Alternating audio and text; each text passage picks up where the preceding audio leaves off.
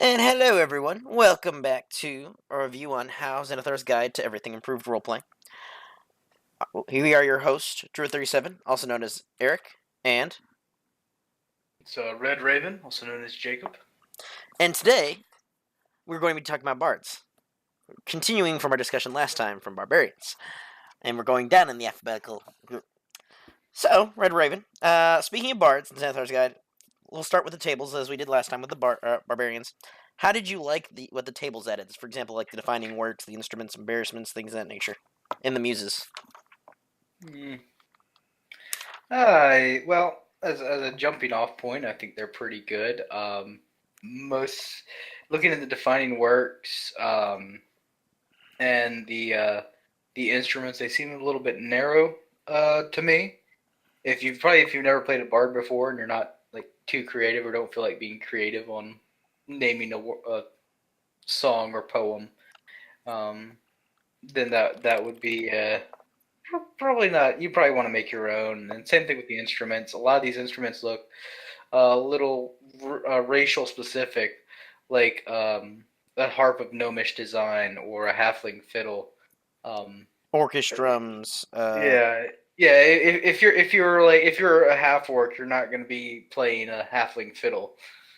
Something designed for a smaller creature. Embarrassments I thought are pretty funny. Those were I think pretty that good. So yeah. I actually agree with you in terms of the works and the instruments and even the embarrassments to an extent. The cool thing about bards, especially if you're a more experienced player, with bards is pretty much bards are pretty forgiving into your roleplay aspect and also for doing things custom. Like you're mentioning, like the instruments and the table is mostly race based, like the orchestrum, the bullywug, croak box, things of that nature. With the bard, you can pretty much just say, "Hey, my bard has a lute that was crafted by his master who taught him the works of music, things of that nature." Bards are pretty open ended. You really can't design a roleplay bad bard. This just makes it easier for new players, but as Red Raven said, it does make it hard, especially if you're a more experienced player and you're like, hey, I just want to roll somebody quick. Yeah, roll up a half orc, and all of a sudden you're ended up with a halfling fiddle, and you're like, unless you're lived along halflings, which would be perfect, but even then, it's still like, oh, well, I gotta think of something real quick for this. It's like how does a half orc play a fiddle designed for a smaller being? It'd be like It's like that the world's smallest violin he's hey, there playing. you So go. it's like he's just playing it with his fingers. With the defining works, I do think they're cool that they give you actually like songs that are based on like D&D mythos and lore. However, again, that's pretty open ended. You could literally just make up a song and said, "Hey, I created the um." Let me try to think of something. Uh, Tom and Jerry's comedic act, and it's all improv.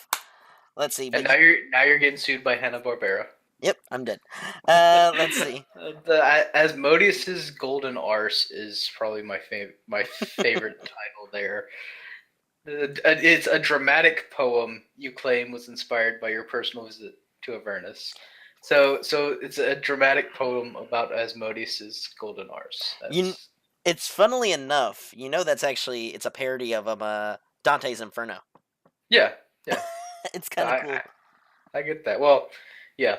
I mean, Dante went into Avernus, the Nine Yep, Hells, and all that. So Dante Alighieri. Anyway, moving on. The embarrassments, yes, those are pretty cool. Those are if you're like, I don't. The embarrassments add kind of a flaw to your bard character. Like maybe during one of your performances, during Asmodeus's poem, like you forgot some of the words, or like your pants fell down or something like that. It just adds something to your flavor to where like people know your name in a bad way. You're like trying to hide your face, and people are like, "Hey, that was the bard that um, he was singing a song about the king, and it turned out to be a joke, song, and the king didn't enjoy it." yeah, or no, the first and last public performance of Mert, Man About Town. Oh yeah, that is quote for quote one of the ones from the actual embarrassments list. They also have things like matinee performance when a circus's owlbear gets got loose and terrorized the crowd. I'm sorry if the picture changed right there. It fit perfectly for the situation we're talking about. Red Raven can't see it, but it changed to the "Could you not" girl meme. I rolled a natural one on my perception check. I see nothing. Now, so I do like. they didn't add a table for what's called the Bard's Muse, which is they said, hey, pretty much Mm. Wizards was like, this is something that as a bard you get to decide. What caused you to become a entertainer, a bard, a poet, a historian? What is your muse? What inspires you? Where's your inspiration? And it's going to be a very personal thing for your character. Muses always are. Mm. It does do some good suggestions though. Like it says, nature could be your muse. Love, of course, the classic muse, and then of conflicts like great wars, things of that nature could be your muse. But again, muses is very open ended in terms of roleplay. Just like Red Raven said, it's very personal to your character, and you can go any direction with the muse. Which brings us to, now that we've finished the kind of tables and things of that nature, I take it that brings us to the colleges. I believe so.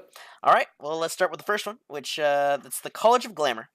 So, to give a quick overview, in case we have some newer players here, bards, unlike the when we're talking about barbarians with their subclasses, their paths, bards have colleges, which is supposed to be kind of like their way of learning and their way of guiding magics and things of that nature or performances. Let's see. So that's just the basic overview. Yeah, think Skyrim in that one Bard, because there's a Bard college in Skyrim. Yep. If you're not familiar with these, so Too bad they don't teach you actually how to play music in there. yeah, that was a lost opportunity. It's like I wanted to actually be a bard. Oh yeah, there's all these instruments in that game. That was always a little weird. There's all these instruments, but you can't actually play them. Like you can carry around a lute or a drum and never use it. Don't worry, in D&D, that's you can do all kinds of stuff. You can do anything. Mhm. Almost anything. To an extent. So the College of Glamour, it's bards who master their craft using magics of the Feywild, or someone who's dwelled there, like Fey-based creatures, or let's see, what else? What are other great examples, Red Raven? Since you're a bigger fan of the Fey than I am, Oh, you mean as fey creatures or? like great examples of people who could teach you, or where you're getting your Oh, muse inspiration from. I mean, yeah, this is probably very much linked role playing wise to the warlock archfey one. So you could say, I learned how to play the lute from Oberon, or how to seduce from Oberon, because Oberon was one of the great seducers. Yeah. You could Yeah. be a guy who lives in a satyr. Not what do they call not villages or the satyr tribe? I, Satyr. I don't think there's a term for a group of satyrs. I'm gonna call it a satyr herd. Yeah. Well, if you're in Greece, it's an orgy. Uh, adult little 18 plus tag on this one. But for example, satyrs are a great example. They could be, for example, your teacher in this college because they use music and revelry and entertainment and stories for their whole kind of bardic inspirations. But enough of time out. We're gonna actually go into the mechanics and the role play aspect for the College of Glamour. Which, going into that, right off the first level, you get some amazing roleplay abilities. Would you like to start this one off, Red Raven? Let's see. Well, yeah, third level when you choose this one, you get Mantle of Inspiration. Um, Allows you to weave a song of fey magic that imbues your allies with vigor and speed. A little bonus action. Or yeah, as a bonus action, you expend one of the use of bardic inspiration to grant yourself a wondrous appearance. So you kind of make yourself glow. Choose from a number of creatures you can see, and that can see you within 60 feet, up to a number equal to your charisma modifier. Each of them gain 5 temporary hit points. When a creature gains these temporary hit points, it can immediately use its reaction to move up to its speed without provoking opportunity attacks. And this goes up as you level up. So it's what they call it, scaling. Yeah, it scales as you by 8. Yeah, up to 14 hit points at 15th level. So you pretty much make yourself look so good that everybody's inspired by you. You're like, I'm so beautiful. You become their muse pretty much. To like, man, yes. I want to fight better because this person looks so good. You're like Fabio with the muscles and the long flowing locks. That is actually genius. And then you have, what is it? You're on the white horse. Yeah. It's like just a horse. Actually, another great example. So besides Fabio, the Old Spice guy would be a great example. Like, look at me. Look at your man. Now Look Gain five back to extra hit me. points and move your speed. But you have 5 pearls in my hand, also known as hit points. Mm-hmm. So the Old Spice guy is a great example. Things of that nature. That's what mental respiration does for you. Moving on, so we have also enthralling performance, which to me is one of the best roleplay things in the game, because if you perform for a minute, this you also get this at their level. You can attempt to inspire wonder into your audience that's listening to you by either singing, reciting poems, dancing, telling stories, things of that nature.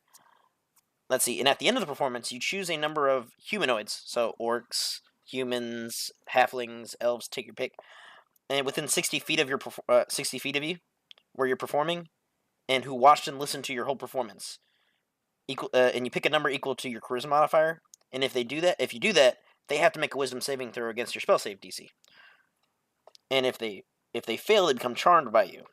They idolize you as they're charmed this way. They idolize you. They speak glowing of you. They say good things like, "Man, this guy's like the best guitarist I've ever heard," or "He's like the stories he tells are like who's the Skyrim cat, the Khajiit guy that everybody likes to Gosh. listen to because he makes jokes and Yeah. such." Yeah. The something the liar. Miak the liar. I'm sure someone will correct it in the comments. Yep. But Think of it yeah. that way, but people actually say the opposite. They're like, "Oh, he's so great, you have to hear these stories," or "She's so great, you have to hear her singing or see her dancing." And if anybody tries to talk bad of you or like tries to be like, "Oh man, get that person on the stage," they'll be like, "Hey, yo," they'll hinder them. They'll say, first off, you didn't hear what I heard. It was amazing." And it lasts for about an hour, which is already great as itself. So it already adds so much role play stuff to it. Oh, it'd be even funnier if you just roll horrible on your performance check and then toss this out after you've been playing for a minute. Absolutely. So that's the cool thing. So he makes a great example. He makes a great point. It doesn't say you have to succeed on your performance check. It just says they have to be listening to you for a minute. Yep. I mean, you could roll probably not a natural one. If you roll a natural one on your performance check, you're probably getting booted out of the bar. Depends on your But DM, of course. yeah, depends on the DM. Um, The best part is so it also ends if they take damage or if it witnesses you attacking any of its allies. Which, if you're doing performances in the middle of a city, I highly doubt you're just gonna be randomly attacking people. However, if they succeed on the saving throw from before, they have no idea that you tried to charm them. So it's pretty much a scot free chance. Like even if they pass it and you fail at charming them, they don't know. So you get off yeah, scot free. completely non-combat though, because there's no way they're gonna be able to listen to you for a minute in combat. Unless you're Like casting whole person on them. for 10 rounds. For 10 rounds is how long. So that's yeah. But I could see very many uses of this in role playing, trying to spread rumors throughout the town, Mm-hmm. drawing attention to yourself. Actually, there's a guy on YouTube. His name is CJ. He's a channel called Never Stop Thinking. He does a kind of review on this. He does more of a mechanical review. He does make a great example though. Like you could be playing in front of a king for a minute because he heard somehow you're a great performer, and he's charmed for you for a minute. So he's not gonna try to do anything crazy like For for an hour. Yes. It ends after an hour. So you know. So you could like, for example, like the example he used is you could like you could like charm pretty much the whole room, his advisors, him, and things like that, and they're all just like excited. And you're like, hey, to the advisors, hey, could you go like let everybody know about how great I am, and then like try to get more people in here. Uh, Or let my friends out of prison. exactly, things like that. You can do some amazing things. So moving on to the next one, Red Raven, take it for the 6th level. Mantle of Majesty. You cloak yourself in fey magic that makes others want to serve you. As a bonus action, you can cast Command without expending a spell slot. You take on the appearance of an unearthly beauty for 1 minute or until your concentration ends. During this time, you can cast Command as a bonus action on each of your turns without expending a spell slot. Any creature charmed by you automatically fails its saving throw against the command you cast with this feature. Once you use this feature, you can't use it again until you finish a long rest. So, wow. You're already you're making yourself beautiful, but hey, do what I want. And it's like, hey, you're yeah, this will work in battle too, um, and outside of battle because you can be like at sixth level, you're just like, oh, so you don't want to do that? Well, how about now? You just like become beautiful, and going through the description of how that happens is a lot of fun. So you I'm can just super good looking now. yeah, yeah, like if you're a chick, you could be like this mystical dryad, or if you have a relationship with the Feywild and a relationship with one of the fairy queens, like Titania, or even Maeve or Mab, like Mab, Queen of Winter, or Titania, Queen of Summer, both very beautiful women. Bam, and then you're this is literally the bard's ability, like how many people like to play bards by seducing people. This is literally it in combat form and non-combat form. This is true, Like, and it combos if you read it again. It combos with enthralling performance. So because it says they're already charmed, they automatically fail the saving throw against your command. So actually, in a way, combos with enthralling performance with even more roleplay. You can be like, now that you've heard my wonderful performance, show me how. Like because I will perform for you more. Show me what you will do for me to perform for you more. mhm. Yeah, there's no spell slots expended, so you like do this and do that, and it's you are now my thrall. Ha ha ha ha. Like if you're playing an evil bard, this could be very useful. Yep, this is very true. Or if you're playing Zoolander, so Zoolander's also a great example. Blue Steel Magnum. Somebody should make a bard based on Zoolander where he just makes his faces as his inspiration. And then he says the face like Blue Steel. Magnum. Anyway, moving on. So, Yeah. last one is, again, it's mechanically good, so combat wise, and it's also roleplay good wise. It's Unbreakable Majesty. It's at 14th level. Your appearance always gains another really beautiful aspect that makes you look more fierce and lovely. Yeah, And as a bonus action, oh, go ahead. this college likes to make you look pretty. Yep. You're glamorous or fabulous. Wow, I could be professionally good looking. Yeah. So as a bonus action, you can assume this magical, majestic presence for 1 minute, or until you're knocked unconscious or you die. Let's see. And for the duration, whenever a creature tries to attack you, the first time on a turn, the attacker needs to pass a charisma saving throw, and if they don't, they can't attack you this turn, and they have to choose another target, or the attack is wasted. Doesn't mean they have to attack their friends out of nowhere, but they have to attack somebody else, which could be one of their friends. On a successful save, it can attack you, but it has disadvantage on any saving throws against spells that you would cast on it next turn. So roleplay, you could roleplay this thing. So for example, you could do the classic, the girl, like if you're playing a female character, the girl with the doorways. You wouldn't want to hurt somebody who looks like me, right? Or something like that. You could do something like that. Or you could do the Wreck-It Ralph where you're the guy. You wouldn't hurt a guy with glasses, would you? Things of that nature. You could kind of make this more than it is. Anything you could think of, Red Raven? Mm. No, I think that's actually perfect examples right there. Well, in that case, so that ends Yeah. because right off the bat, that's one of the most highly role-playing parts of the Bard Colleges and Xanathar's Guide. So we're gonna move to the more combat-oriented, but can still be used for roleplay, the College of Swords. To I'll start off the basic one, so Red Raven can do the fun explanation. The first thing it gets at level 3 is you get bonus proficiencies with which most bards don't have. Usually, a lot of proficiencies with weaponry or armor. This gives you an automatic proficiency with medium armor and the scimitar weapon.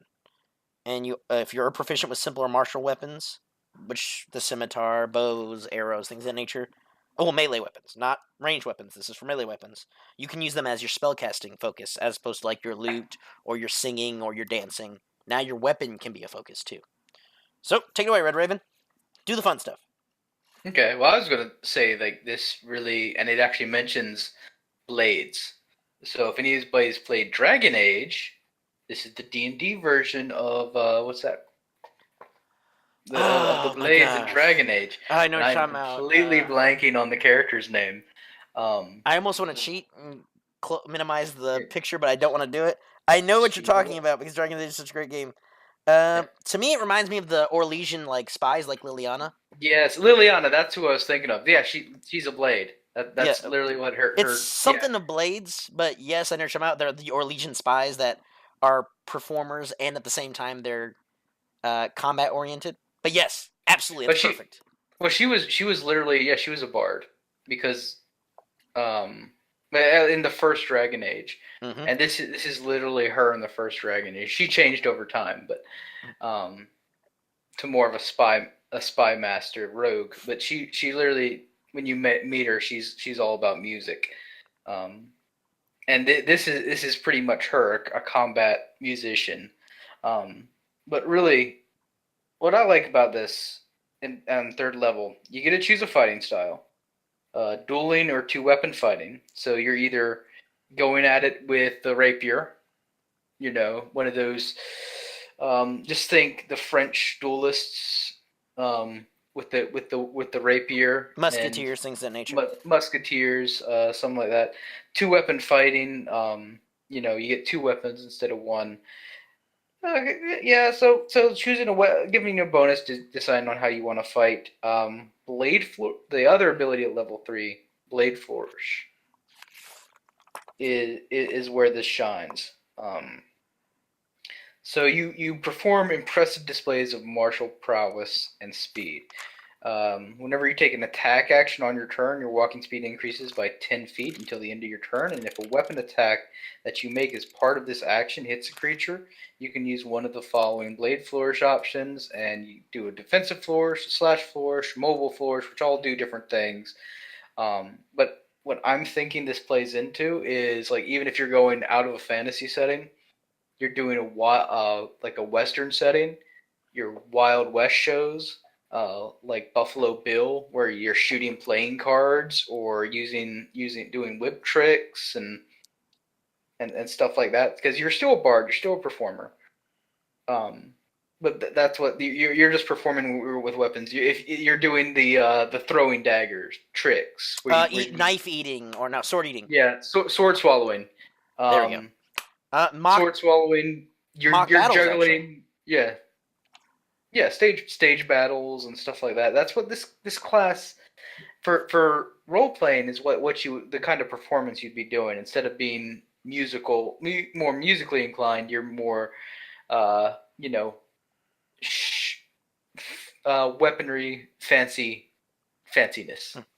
And ultimately, like Red Raven says, you could even in the battlefield make it a form of roleplay to, like, for example, your martial prowess is almost like a dance or watching something like that, or watching somebody so skilled with the blade, they're just making it into entertainment for everybody, even in Yeah, serious situations. actually in battle, this is very similar to a monk class that I'm sure we'll get to, the drunken master, you're kind of you're in combat. You're putting on a show in combat as much as you would be if you're playing in front of patrons or something like that. So It absolutely, and it's definitely, and we will get to that class. It's a fun yeah, class, and it's definitely not out of character for a blade bard, a sword college sword bard. Too, after they've dodged all these blows or they've incapacitated the enemy, they just do their stereotypical bow to like somebody to the people watching, just to be that guy. hmm Enjoyed the show. So I think yeah, after that, mostly it's just mechanical stuff. After those, right? yeah. Extra attack on 6th level. So you get a second attack a level after most martial classes get theirs.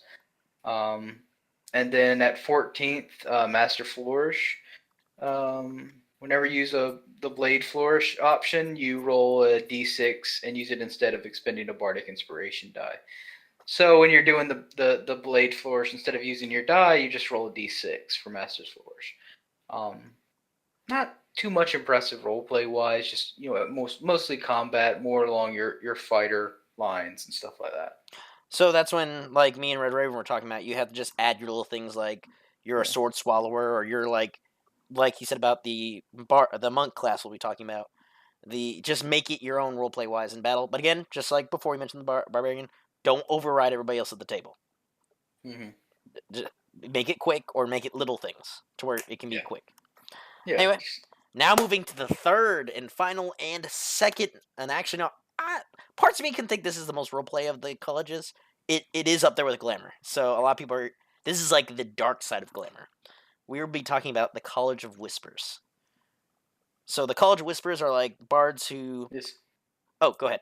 yeah, I was just gonna say this is for bards that want to be rogues. Let's see. Well, because it's true. It's the very dark side of glamour. Like they operate in the shadows. Like they wear a mask outside in the daylight, or like in public. They're like, hey, I'm a happy-go-lucky bard. I perform. I do this. But in the darkness, metaphorically, they're like the assassins. They're the blackmailers. They're the shadow brokers. They're the things of that nature. They get their things through fear, manipulation, but they still are bards and they still do that. In fact, a lot of them lead double lives where they're performing for like a circus troupe and they're the fun jester with multiple masks, telling jokes, things of that nature. And at the very same night, using those masks, they're like interrogating people with the point of a dagger or something like that, or think just by making them afraid of them, Yeah, pretty much. this is also that Orlesian spy kind of deal. It's kind of both the College of Swords and the College of Whispers play into that kind of character from the Dragon Age series. That is Because true.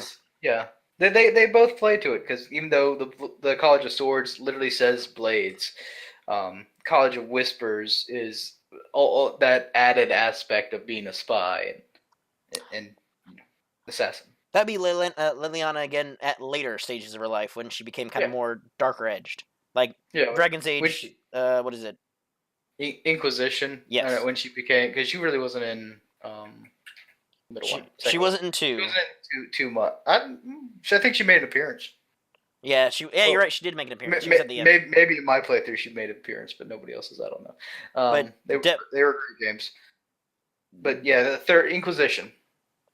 that form of her is definitely a College of Whispers, in my opinion. Yeah. But moving on. So the first ability to show you how kind of dark and how kind of double sided they are roleplay wise is they get psychic blades. So they are able to you're able to attack somebody's mind. And when you hit somebody with a weapon, it affects their mind and does damage to them. It makes whenever you make weapon attacks, you can use your inspiration normally that you would use to inspire somebody.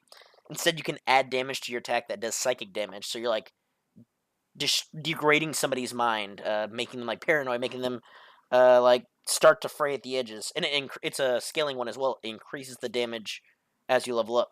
It's it's pretty much you're attacking with your mind every time you attack with a weapon. You're just trying to break somebody's psyche. Well, how do you think about it, Red Raven? I think that's very much it. You're I'm thinking of God, I can't remember anybody's name right now. The mutant from X Psylocke from with her psychic blades. Like even though they're That doing physical is damage. a great example. That is, yeah, Psylocke would be good because she uses a literal blade and then her psychic abilities. Yeah, but when she does, she also makes blades out of psychic energy. But you know, yeah, same kind of thing. You know who also is a good example? But You've watched Bleach, right? yeah, Aizen, Aizen. because Yeah, with his using illusions, he just messes people up. It's awesome. yeah, yeah. I think yeah, I got to Bleach around that where they fought him. Never when they finished the fight because it lost it. It went into other things. But hey, yeah, I'll finish it someday. Someday. Someday. Next one. Go ahead, Red Raven. Words of terror. You fuse your innocent seeming words with an insidious magic that can inspire terror. You talk to somebody for 1 minute and you can attempt to see paranoia in its mind. Target is frightened in if they fail their spell save DC for an hour, or until its attack damage, or until witness its allies being attacked or damaged. Um, yeah, so this is really a roleplay heavy feature, I think, because you can just bring somebody. It says innocent sounding words, so you just be like, "I think you want to pick up that glass." You just say it very menacingly, and it's not or like would you like a piece of cake? So, and also, speaking of which, so this is how the opposite of glamour. So, you know how glamour was like, hey, you perform for people and they think you're great and they're awesome and they're nice about it? This is the exact opposite. This is, you say something again. You do either like say some nice words or you do regular performance. Instead, people are irrevocably afraid of you for some reason. They're just Well, it's not afraid of you. It's it's just paranoia. So it could be just afraid of everything. this is true because it does say you or another creature of your choice. Yeah, So you could say, "Hey, see that guy over there? He knows yeah. things," and then like they would be like, "Does he know my secrets or something like that?" And they so that's a great yes. It's very roleplay heavy. You can use it in a lot of situations. You could again. We're gonna use the what was the so let my friends out of jail thing you mentioned. Mm-hmm. It's Yeah. so It's go ahead. Say train what you're saying. coming. There's a train driving right outside my place. I'll take it over then. Yeah. So we're gonna use that same one that Red Raven brought up, except in the situation you could say something about the guard to like so the guard that arrested them and brought them to jail. You could say something to the captain and say, "Hey, that guard I saw him doing some stuff in the alleyway." You just say something like kind of suspicious or like kind of innocent, but that's just very open ended, and then he would be afraid of that guard and try to do everything in his power to kind of go against that guard in a non. Well, does it say it does violence too? Yeah. If they attack or is damaged, so if they end up attacking somebody, or but you could turn people against their own allies. This is Grimo Wormtongue from Lord of the Rings, Mm-hmm. whispering into the monarch's ear to make them paranoid and to turn on their allies to not give aid. That's what this ability is. That is a great example. So in this case, you could pretty much get the captain of the guard to let your friends out to see if they could help you to get rid of this guy. Yeah. So speaking of which, next one, since that's a great role play ability, the next one is Mantle of Whispers. So Mantle of Whispers is a ability that it's one of the coolest urban-based abilities, and sometimes even free-range abilities.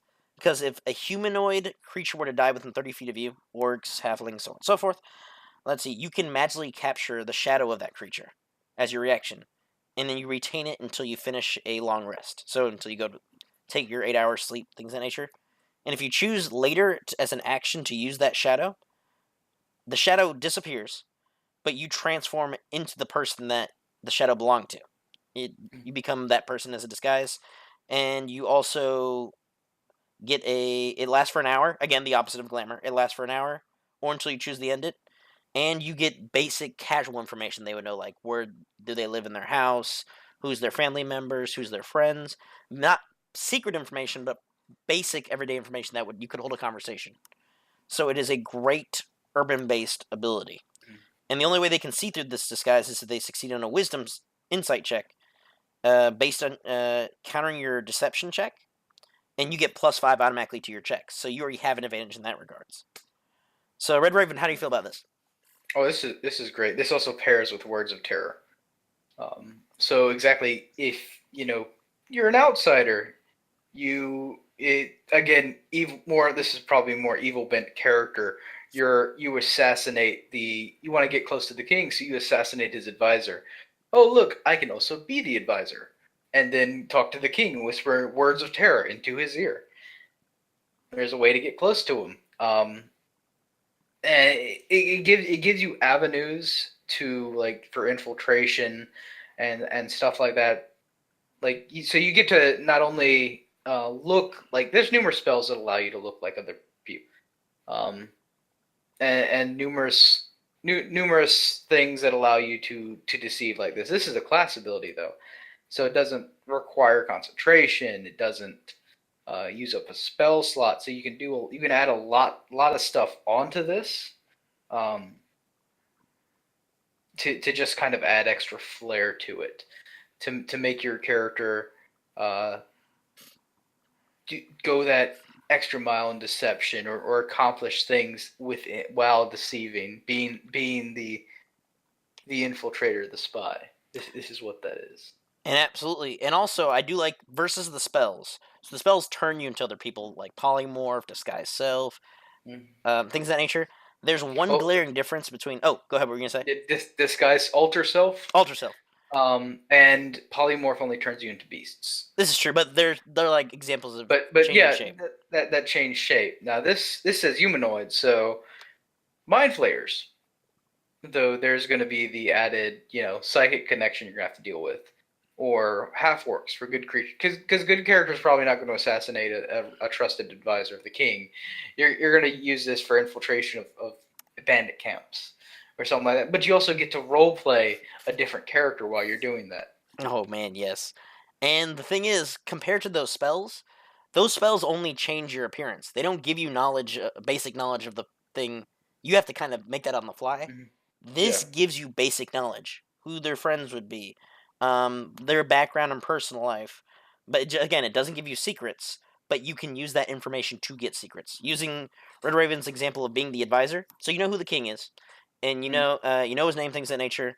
So you go to talk to him, and since you're his trusted advisor, he will most likely tell you secrets. And you could even play it off like, "Sorry, I had a headache, so I forgot what we were talking about the other day." And if they believe you, bam, you know something that your party didn't know 5 minutes ago. Mm-hmm. And you can just say, since it lasts an hour, okay, I'm gonna go let the soldiers know, and then you go to talk to your party. Hey, by the way, this happened. Dimension door out of there. Yep.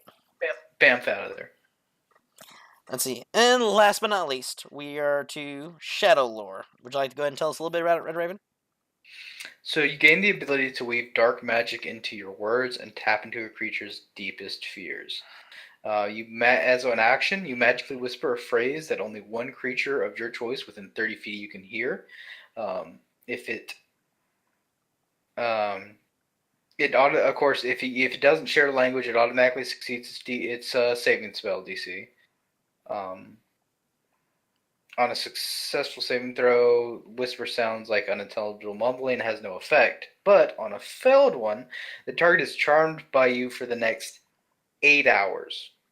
Or until, it's attacked, damaged. Your allies attack it, damage it, or force it to make a saving throw.